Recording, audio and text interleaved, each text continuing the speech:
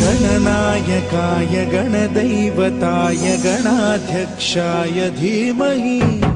गुणशरीराय गुणमण्डिताय गुणेशानाय धीमहि गुणातीताय गुणाधीशाय गुणप्रविष्टाय धीमहि एकदन्ताय वक्रतुण्डाय गौरीतनयाय धीमहि गजेशानाय भालचन्द्राय श्रीगणेशाय धीमहि